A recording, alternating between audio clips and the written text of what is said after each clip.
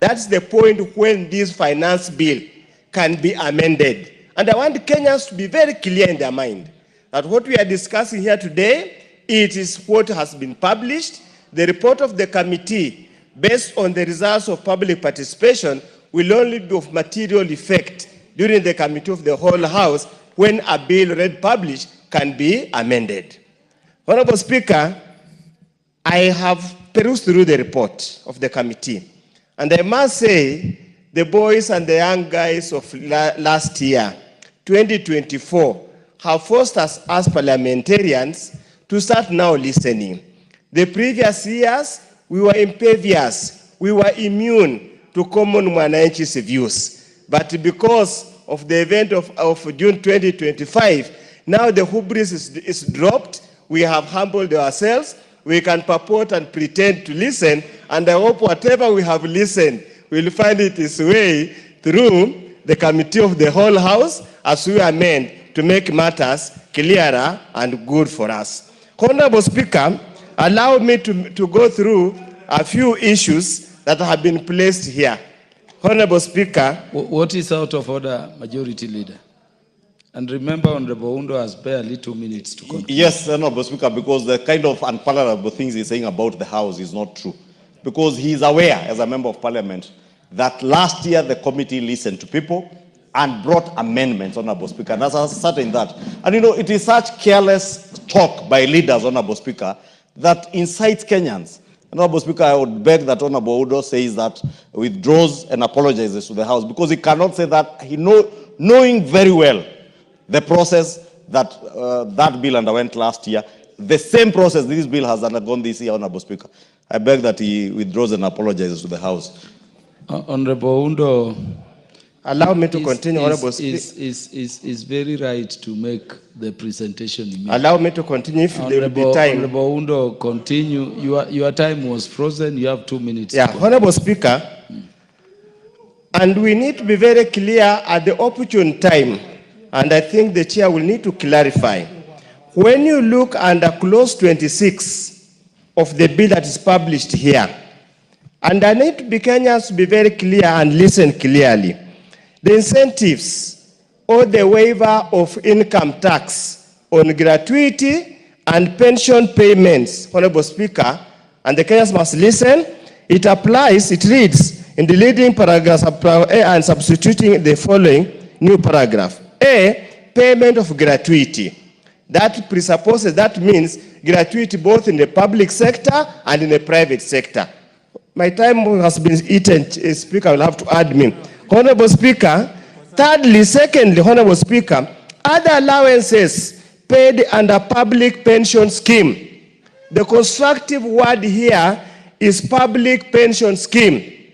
And I hope the chair is listening, needs to clarify, because what he has said, what he has purported to say is that all pension schemes, but the constructive words used in this bill is public pension schemes, which we need to be very, very clear so that we avoid that misconception outside there. Honorable Speaker, as I wind up, because my time has been stolen, but I hope I will be added a half a second to complete.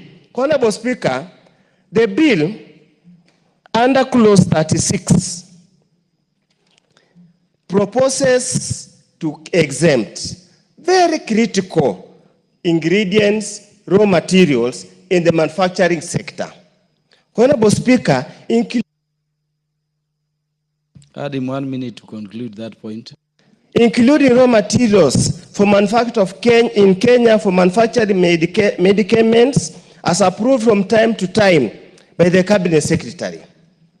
I just hope and pray that the committee of the whole House will carry the amendments that they propose so that we remove exempt, we take them back to 0 rating. Honorable Speaker, I attended a meeting with the Kenya Private Sector Alliance and the Kenya Manufacturing Association. One of the greatest challenge was an unpredictable and ever-changing tax environment.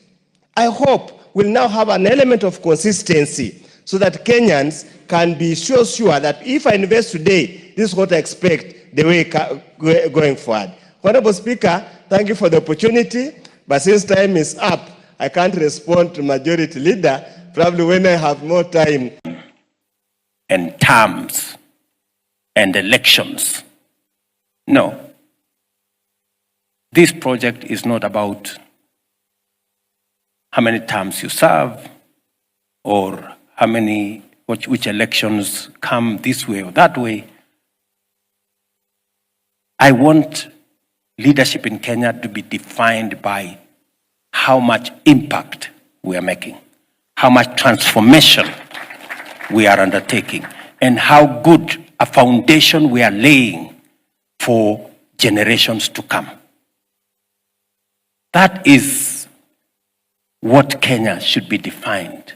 That is how leadership should be defined in Kenya. It's not how long you serve. It is not, all about those things. Is about how much of a difference are you making? How much of an impact are you making? How much transformation are we undertaking? And how solid a foundation are we building? Not for tomorrow, not for the next election, but for the next generation. That is my focus. And I want to encourage all of us as leaders to focus about the future. We have wasted a lot of time. We have wasted eternity chasing the next election, chasing the next most popular thing, and in the process, our country has suffered. We are going to change that trajectory by God's grace, and this country is going to go places. I am very happy to preside over the transformation of our country, and I want to encourage us to be part and parcel of this transformation. I just want to commit to the people of Kenya that we will make this program transparent. No public resources will be lost in this program. We will make it efficient. It is my commitment to make sure that this program will be above board. We will share as much information as possible. In fact, the construction costs are open.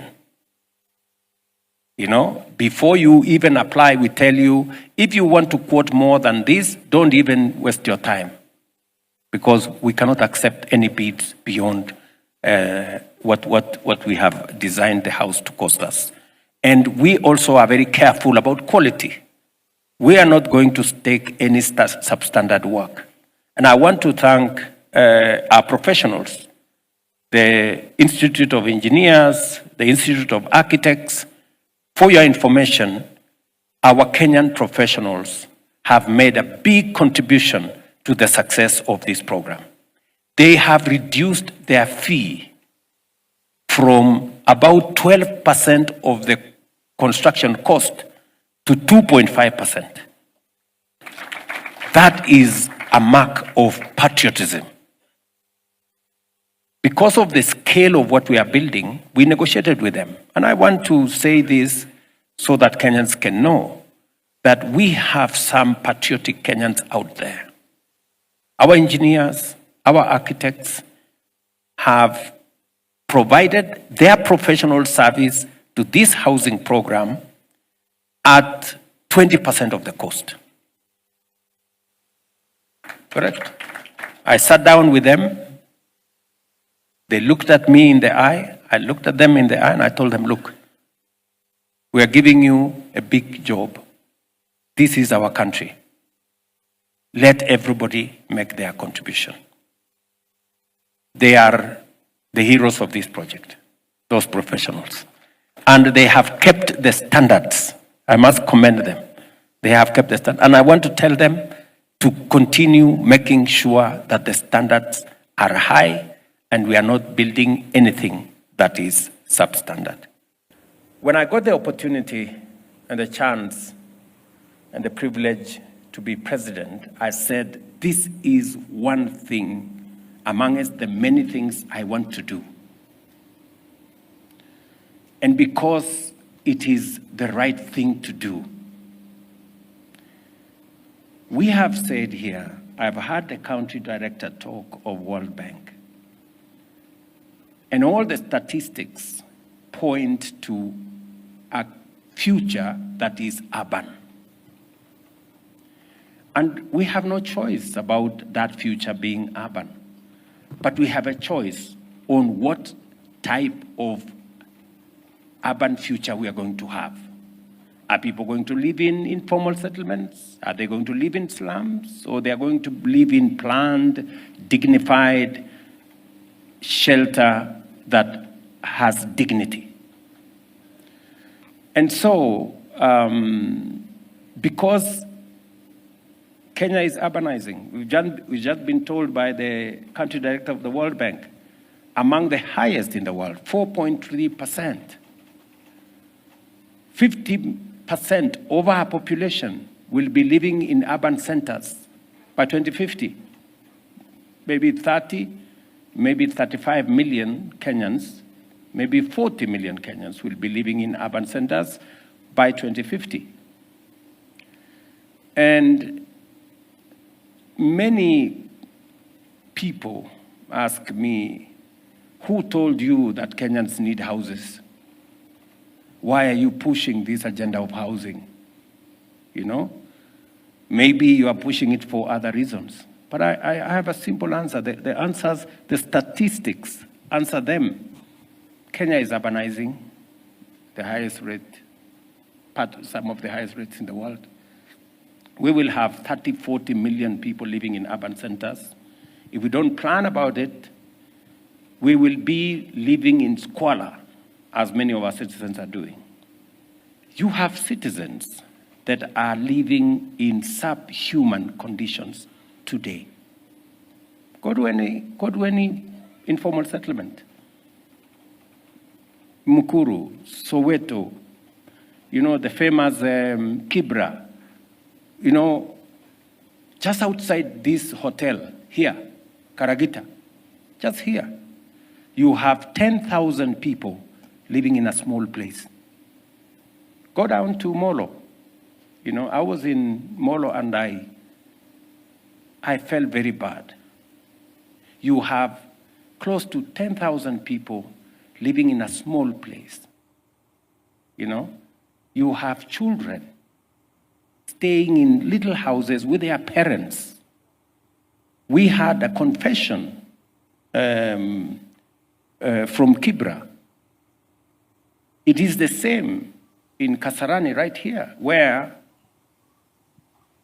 kids, 10-year-old kids, are introduced to sex because they live in the same room with their parents. You know, those are the people who are firing my desire to drive this housing agenda, because those kids deserve better than we are giving them today. Those people in informal settlements deserve better from a government. And that is why you asked me about the consequence of my statement. That is why when I handed over the first keys on this program to my dear sister here, Jerusha, I said it and I meant it. It was actually the most consequential day in my political career, because we started to change the trajectory on how Kenyans live. The progress we are making in this space speaks volumes about the kind of future we expect. The most strange thing is none of the contractors in this space comes from outside Kenya. All the contractors doing our affordable housing today are Kenyan contractors. I mean, it's phenomenal. You know, you would expect that you have big Chinese companies or some other companies from elsewhere. This affordable housing is being built by Kenyan contractors. And a very big thank you and congratulations to them. And to sum it up is to say that going into the future, as I said, we have a pipeline of 700,000 housing units that is already where we have identified land, we are designing, we are working on improving from what we have today, learning what different configurations of housing that would make much more sense to more Kenyans. We're getting feedback from people like Cherusha and others who are living there. What is it that we can do better?